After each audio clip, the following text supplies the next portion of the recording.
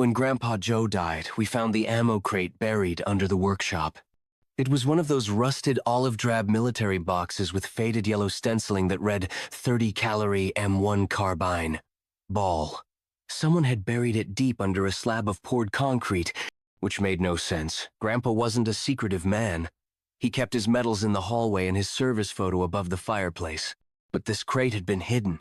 We had the foundation jackhammered for repairs and hit the metal corner by accident. My cousin Jimmy pried it open, expecting maybe old tools, ammo, or junk.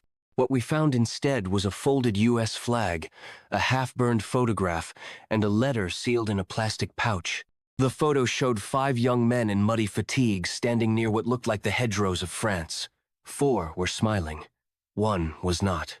The man not smiling was my grandfather. The letter was addressed to someone named Michael Grant. None of us knew the name. My mother didn't recognize it, and she'd grown up with Grandpa. But the moment she read the first few lines, she went pale and told us to stop everything. She read the letter silently, then left the room. That night, I stayed up and read it myself. It wasn't long. A single page, written in my grandfather's sharp, no-nonsense handwriting. It began like this. Michael, if you're reading this, then it means I didn't have the guts to face the truth while I was alive. I carried your brother's dog tags with me for 70 years. I couldn't bring myself to tell you what really happened near St. Lo. St. Lo. I knew the name from textbooks. One of the bloodiest battles after D-Day. A nightmare of mud, hedgerows, and artillery. The letter continued. I told everyone Robert died in an ambush, that we got separated in the chaos and I never saw him again. That was a lie. He died because of me. I sat back in the chair. The air felt thick, like the room itself was holding its breath. Grandpa Joe had always been our hero. Bronze Star, Purple Heart. A man who marched with Patton's boys. He never talked about the bad stuff. Just said war was a lot of noise and not enough answers. But this letter? It was something else entirely. He wrote about a night patrol gone wrong, a wrong turn through a minefield. He'd ordered Private Robert Grant, Michael's younger brother, to scout ahead, even though they both knew the terrain was wrong. It was my call, Grandpa wrote. He hesitated. I insisted. He obeyed. He was blown apart less than a minute later. The rest of the squad blamed the Germans. But Grandpa knew the truth. I wore his tags on my belt every day after that, he wrote. And I wrote his name in my journal each time I came back from a mission. I wasn't praying. I was remembering.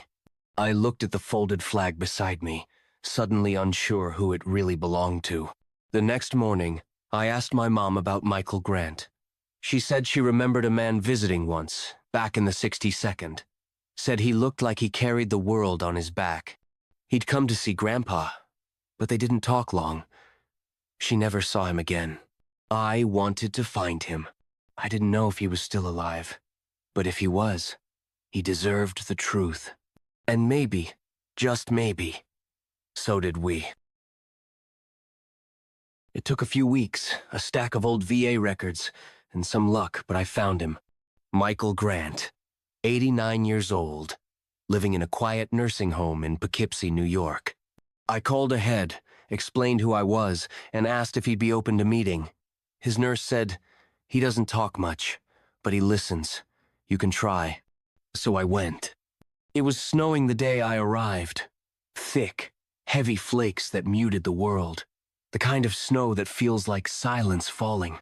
Michael sat in a chair near the window. He had a thick white beard, liver spots on his hands, and sharp, intelligent eyes that hadn't dulled with time. I introduced myself, told him I was Joe Kinley's grandson. He didn't flinch at the name, just nodded once and motioned for me to sit. I handed him the letter. He read it slowly, carefully. His lips moved silently as he traced each line. When he finished, he closed his eyes. We sat in silence for a long time.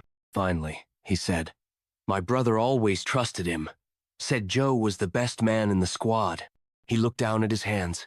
I never did. There was no anger in his voice, just the weariness of someone who's carried a question too long. I always thought there was more to it. Something in the way Joe looked at me that day I visited.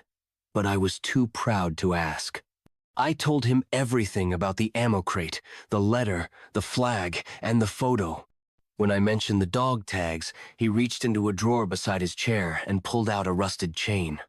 "I've had this since 2045, he said.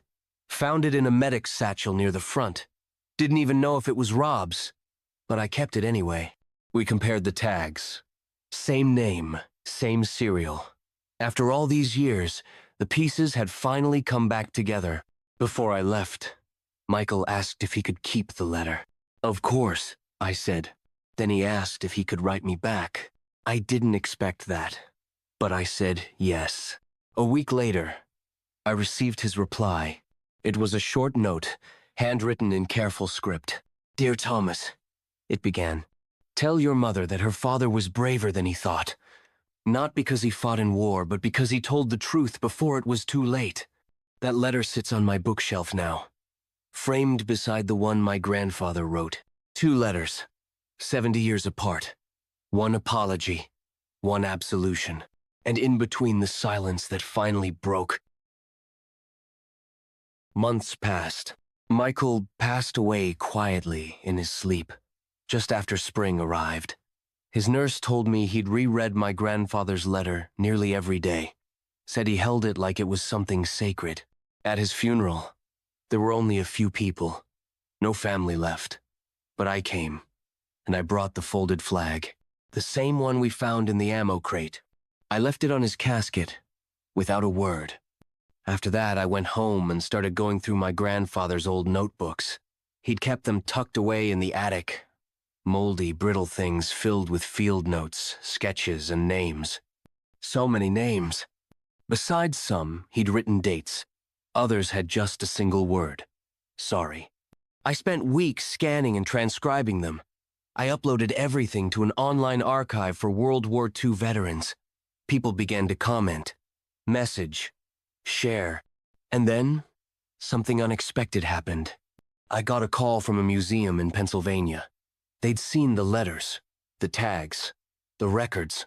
They wanted to feature it in an exhibit about battlefield memory, about how truth sometimes takes a lifetime to speak. I agreed.